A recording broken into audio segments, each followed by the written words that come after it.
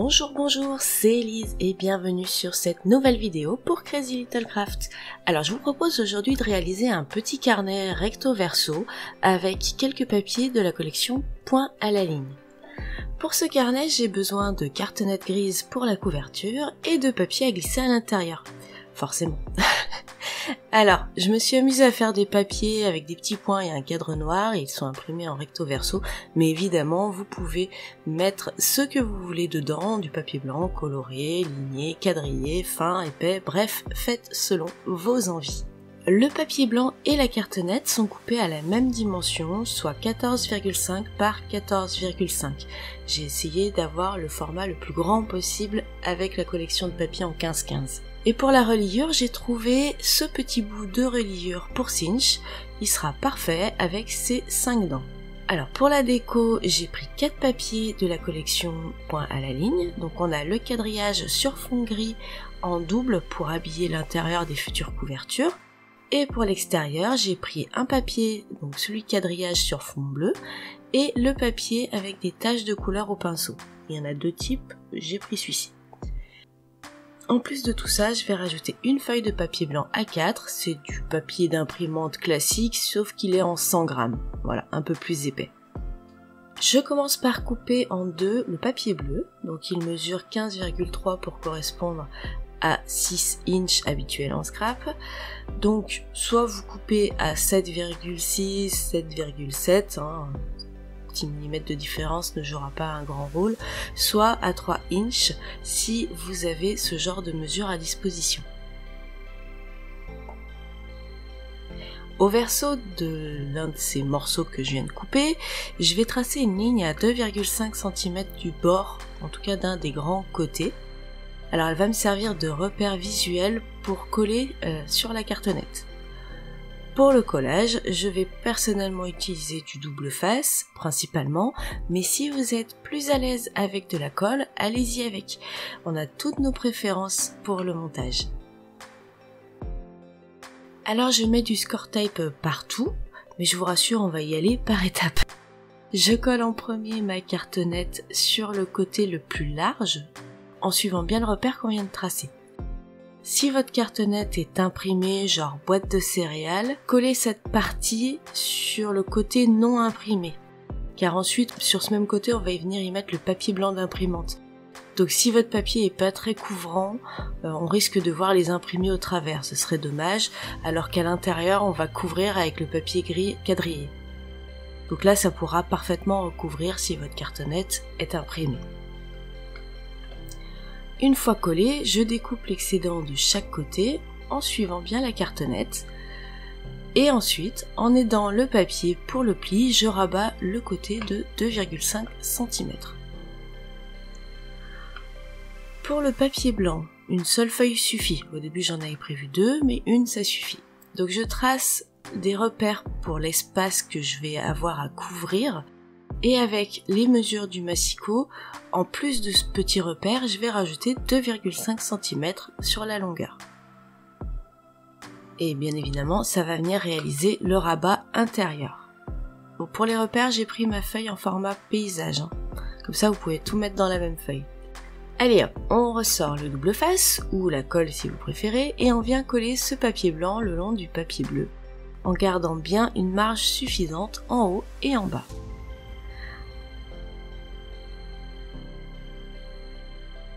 Alors là, je vais tracer pour vous montrer, mais vous pouvez le faire directement au ciseau et à l'œil. Pour avoir des jolis coins sur votre couverture, il faut couper en biseau les angles de papier. Mais attention à bien laisser 1 à 2 mm de papier au niveau des angles de la cartonnette. Il ne faut pas couper à ras. Alors ensuite vous préparez le pli des languettes de papier et vous pressez avec l'ongle ou un plioir les 1 ou 2 mm qu'on a laissé en plus. Au moment de coller, ils seront déjà plus disposés à se placer correctement et vous aurez des jolis angles. Donc on colle les languettes et on les rabat sur la cartonnette, toujours en face à face. Bon là, j'ai commencé par le côté qui faisait face au rabat bleu.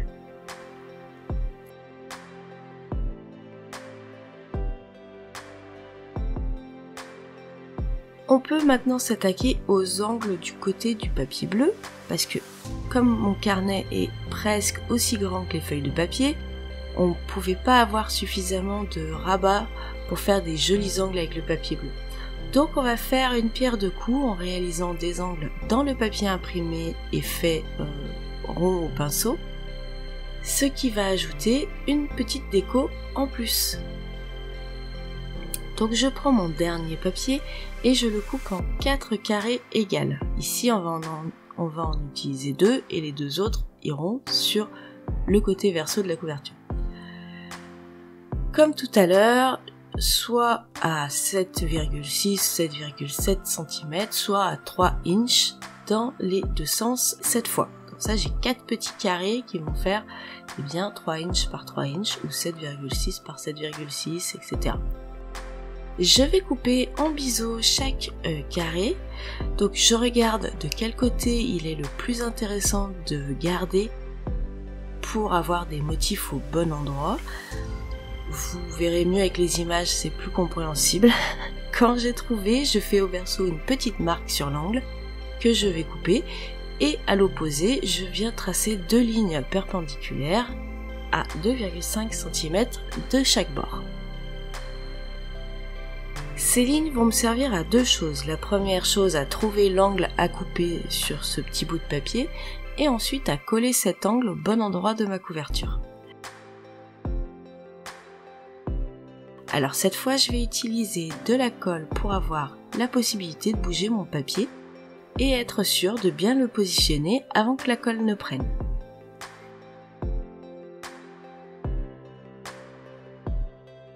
Quand la colle est sèche, on s'occupe des angles, comme on l'a fait avec les papiers blancs avant.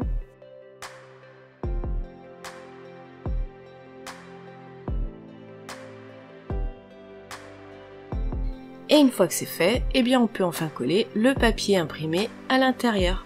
Alors la couverture fait 14,5 par 14,5, je coupe mon papier du coup à 14 de chaque côté. Ça me laissera une petite marge de 2,5 mm de chaque côté en fait, pour avoir un papier qui recouvre bien l'intérieur. Et hop, magie du montage, mes 2 couvertures sont faites. Vous l'avez pas vu venir celle-ci, hein? J'en suis sûre que si. Allez, on peut passer à la déco et pour ça j'ai préparé des découpes avec la silhouette et les fichiers de découpe numérique associés aux planches de tampon Crazy qui sont disponibles en boutique. Je vais tamponner chaque motif dans sa découpe avec une encre noire, soit la Memento pour les motifs que je vais mettre en couleur, au feutre à alcool, soit la Versafine pour les textes. Je vous passe les étapes répétitives et une fois tamponné, voici les motifs que j'ai choisis pour ce projet. Et si vraiment vous voulez voir comment je m'y prends plusieurs fois, je vous mets dans le petit i une vidéo qui vous montrera ça mieux en détail. Quand on a toutes nos découpes, on peut passer du temps à réfléchir à nos projets. Alors faire des assemblages fictifs pour trouver celui qu'on préfère au final. Quand l'idée est posée, je fais une rapide mise en couleur de l'ampoule et de la bannière pliée.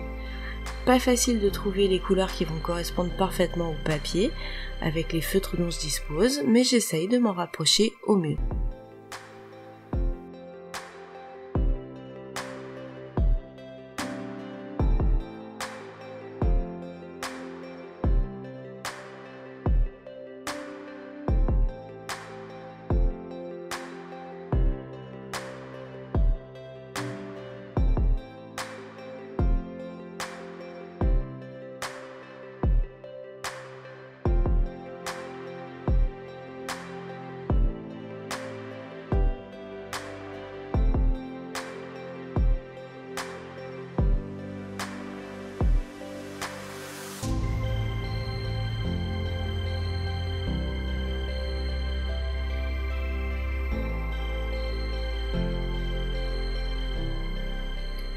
Une fois coloré, on attaque le montage. Je colle la bannière sur l'ampoule et le mot de carnet sur la bannière.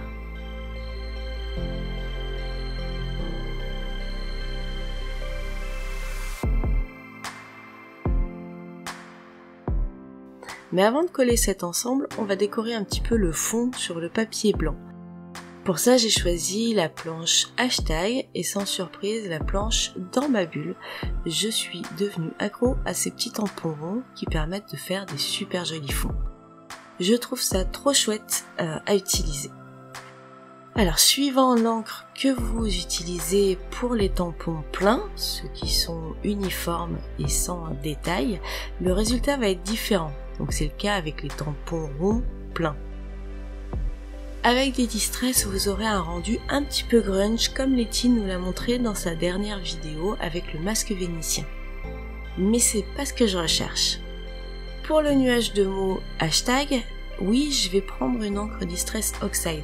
Mais pour les ronds, je vais prendre des encres Versafine claires où là, les ronds pleins seront parfaits, bien ancrés, de façon égale sur toute la surface. Il existe plein de types d'encre différentes en scrap avec des résultats tout aussi différents. Alors il faut jouer et puis tester pour voir les effets qu'elles procurent chacune en fonction du type de tampon que vous allez utiliser. C'est un petit jeu à faire et c'est pas forcément évident de trouver exactement ce qu'on cherche tant qu'on les a pas essayés.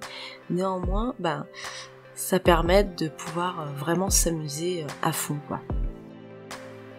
Toujours avec les encres Versafine claires, j'hésite pas à jouer avec des tamponnages de seconde génération, c'est-à-dire que j'encre mon tampon, je tamponne une première fois, là pour l'occasion, sur le brouillon, et ensuite, sans réancrer, je viens tamponner une deuxième fois sur ma surface, la surface que je travaille, et du coup on a un effet coloré tout doux et très transparent, donc ça ajoute encore plus de variables dans ce fond avec des ronds que l'on est en train de créer.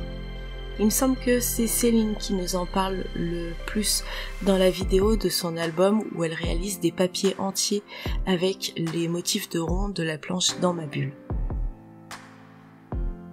Bon, je papote et en attendant, le fond il est terminé. On peut enfin finir de coller nos éléments par-dessus. Bon, et pour un côté un petit peu plus fun avec l'ampoule, je lui rajoute des petits traits de lumière avec la planche bric-à-brac et des paillettes avec un Wink of Stella. Voilà, ce côté de couverture est fini et on peut perforer pour l'assemblage final. Je vous montre vite fait comment je procède. Alors sur l'un des papiers blancs de 14,5 par 14,5, j'ai fait un repère au centre.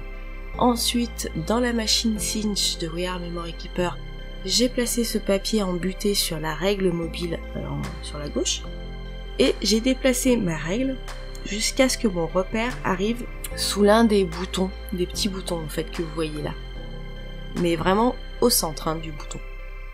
Comme mon morceau de reliure compte 5 dents, je dois perforer 5 trous. C'est le gros avantage de cette machine pour faire ce type de reliure. On peut décider du nombre de perçages sur toute la possibilité qu'il y a avec tous les petits boutons. Donc en plus du petit bouton sur lequel je me suis alignée avec mon centre de page, j'en pousse 2 de plus de chaque côté. Et voilà, avec mes papiers et mes couvertures qui font exactement la même dimension, et j'ai plus qu'à placer ces derniers le long de la règle et ensuite à les perforer pile poil au bon endroit à tous les coups. Je vous ai dit qu'on réalisait un carnet recto verso, alors ça c'est mon petit truc à moi, pour ne pas avoir 50 carnets qui traînent, j'utilise les deux côtés. En fonction de ce que je veux y noter, je l'ouvre d'un côté ou de l'autre. Et donc j'ai scrappé hors caméra cette fois la deuxième couverture avec les découpes qui me restaient.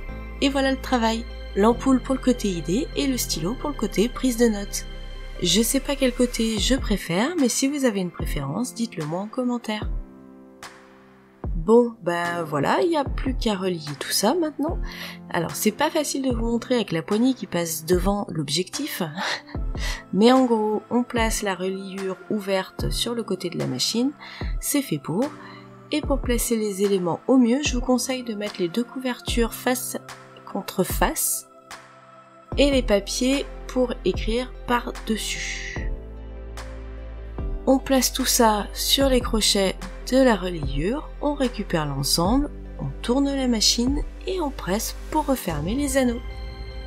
Voilà, ce carnet est terminé. N'hésitez pas à partager votre avis en commentaire, me dire si vous a plu, pas plu, pourquoi, comment, pourquoi pas.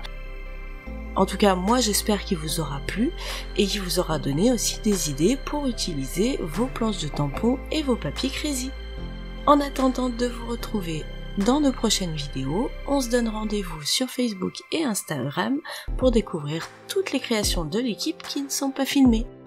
Bon scrap et à bientôt. Bye!